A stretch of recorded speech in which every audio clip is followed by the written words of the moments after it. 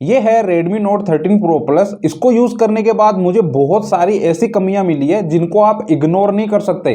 On paper specification and actual reality में बहुत ज्यादा डिफरेंस है।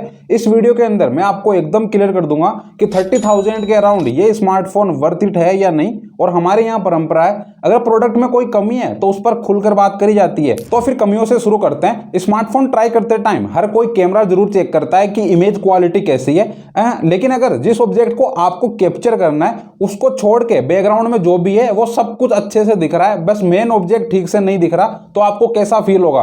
नो डाउट अनोइंग फील होगा।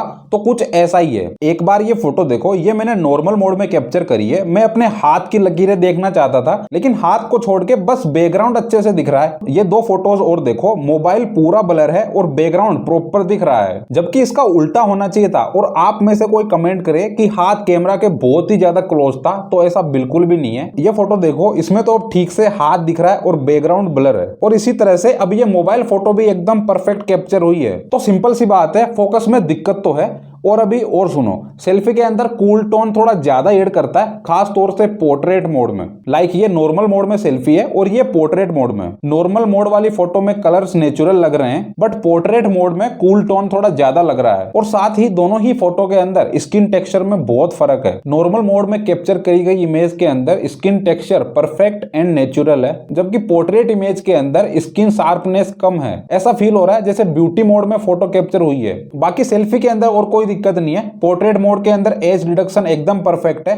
बैक लाइट को भी ठीक से ये बैलेंस कर लेता है, लाइट फ्लेयर्स बिल्कुल नहीं आती। लेकिन सेल्फी कैमरा में ओनली 1080p 60 fps का ऑप्शन मिलता है, 4K हो सकता था। वैसे इसके मेन सेंसर 200 मेगापिक्सल के अंदर आपको 2x जूम तक का ऑप्शन मिलता है और वो यूजेबल भी है। और नॉर्मल फोटो मोड के अंदर अप टू 4x जूम का ऑप्शन दिया गया है। लेकिन 4x जूम के ऊपर फोटोज इतनी अच्छी क्वालिटी की नहीं आती, बिकॉज ये कोई ऑप्टिकल जूम नहीं है। ओवरऑल बात करें तो मेन कैमरा सेंसर 200 मेगापिक्सल की इमेज क्वालिटी नो डाउट अच्छी है, लेकिन इसके बैक कैमरे से ओनली 4K 30 fps तक का ही ऑप्शन मिलता है। 60 fps तक का ऑप्शन तो होना ही चाहिए था। और इसके अंदर 8 मेगापिक्सल जो अल्ट्रा वाइड लेंस है उसकी इमेज क्वालिटी कुछ खास नहीं है। साथ ही इसके अंदर 2 मेगापिक्सल का एक मैक्रो लेंस दे रखा है जो कि फालतू है। वहां पर अगर टेलीफोटो लेंस होता तो ज्यादा बेहतर होता। नेक्स्ट प्रॉब्लम मुझे डिस्प्ले में फील हुई है। ऑन पेपर इसके अंदर 6.67 इंच की 120 हर्ट्ज एमोलेड 1.5 के रेजोल्यूशन वाली डिस्प्ले मिलती है और डोल्बी विजन एंड HDR10+ का सपोर्ट भी मिलता है। लेकिन डिस्प्ले में मुझे शार्पनेस में थोड़ी कमी फील हुई है।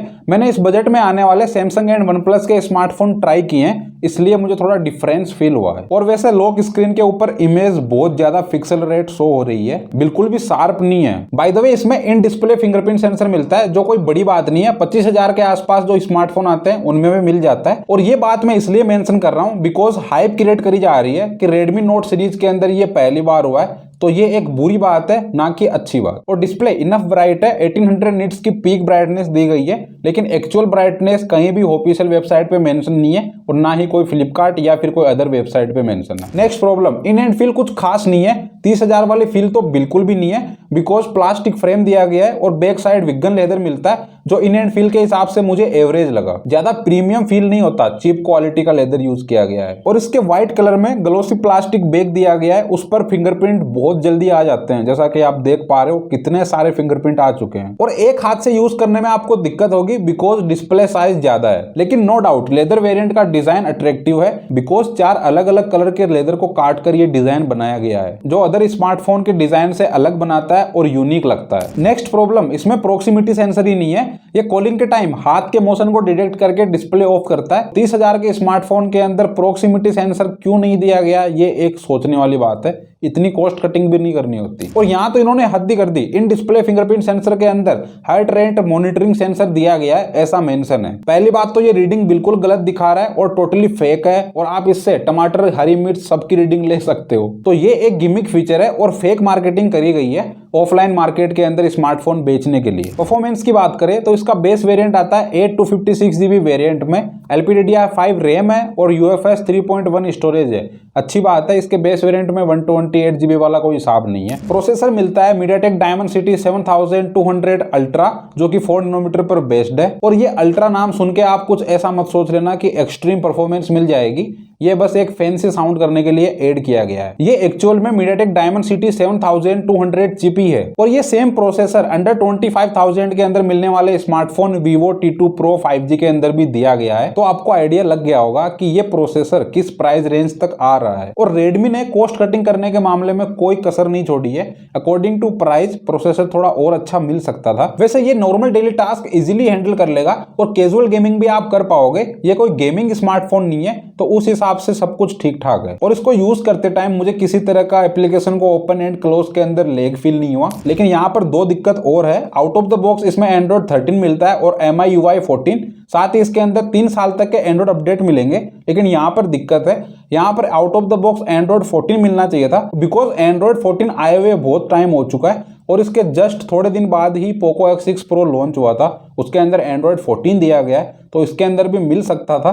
तो यहाँ पर एक एंड्रॉइड अपडेट कम मिल रहा है। और दूसरी कमी, इसके अंदर HyperOS मिल सकता था, वो भी नहीं दिया गया, जो कि Poco X6 Pro के अंदर दिया गया है, जबकि Poco X6 Pro की रेट इससे कम है 2-3 हज़ार रुपए। UI एक्सपीरियंस में ठीक ठाक बोलूंगा, बिकॉज ब्लोटवेयर तो मिलते ही है, जो Redmi के स्मार्टफोन के अंदर स्वाभाविक है। अदर फीचर्स की बात करें तो इसके अंदर डुअल स्टीरियो स्पीकर मिलते हैं विद Dolby Atmos सपोर्ट के साथ। हेप्टिक मोटर अच्छी क्वालिटी की यूज करी गई है और NFC का सपोर्ट मिलता है। IP68 सर्टिफाइड है। डिस्प्ले पर Corning Gorilla Glass Victus की प्रोटेक्शन मिलती है। ब्लूटूथ वर्जन 5.3 एंड Wi-Fi 6 दिया गया है। इसमें 5000 mAh की बैटरी मिलती है। बॉक्स के अंदर 120 वोल्ट का चार्जर दिया गया है। इस चार्जर से आप इस स्मार्टफोन को 90 मिनट्स के अंदर 0 से 100% फुल चार्ज कर सकते हो। इसमें eSIM का सपोर्ट नहीं मिलता। तो अब मैं आपको एक ओवरव्यू दे देता हूँ। कैमरा क्वालिटी के मामले में बैक सेंसर से आप अच्छी इमेज निकाल सकते हो, लेकिन इसके अंदर फोकस वाली दिक्कत है और सेल्फी की क्वालिटी ठीक ठाक मैं कहूंगा। डिस्प्ले कुछ खास नहीं लगती। इन एंड फील 30,000 वाली बिल्कुल नहीं है। इसके अंदर एक एंड्रॉइड अपडेट कम मिलता है। तो अकॉर्डिंग टू प्राइस ये स्मार्टफोन 100% ओवर प्राइस्ड है।